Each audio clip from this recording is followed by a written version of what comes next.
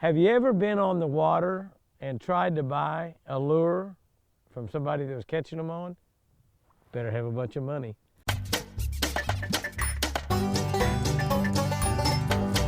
Whoa! That's a beauty.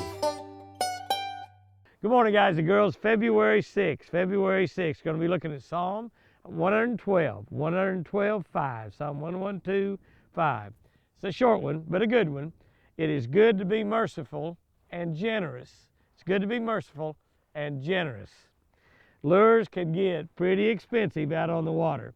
I've told many a partner, I've got one more, just like the one I'm catching them on, but it's really going to cost you. All of a sudden, you'll give $20 or $30 or $40 for a lure, wouldn't you?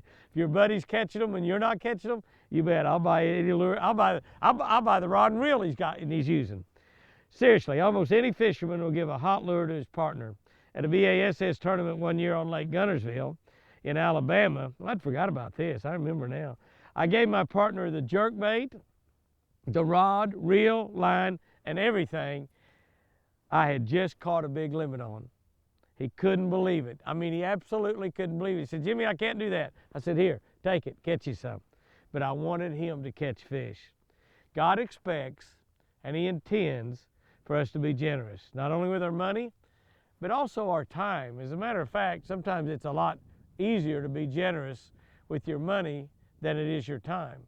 And sometimes your time is far, far more valuable than any amount of money you can give somebody.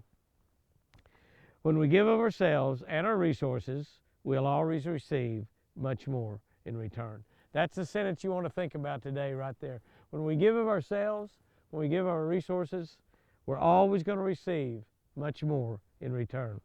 That return might not be immediate, but it'll definitely come about in God's good time. In God's good time. So, when we give ourselves and our resources, we'll always receive much more in return. Here's our tip for today. Check your rod tips and guides periodically for breaks or cracks that can damage your fishing line. Rod tips get broken a lot. I mean, I break more rod tips than you can say grace over just about. And they get broken a lot. But you also want to check these guides. And let me tell you, one of the easiest and best way to do it is take a Q-tip. Take a Q-tip and rub around inside and see if it catches on anything. If there's a break in any of them, it's going to catch on them.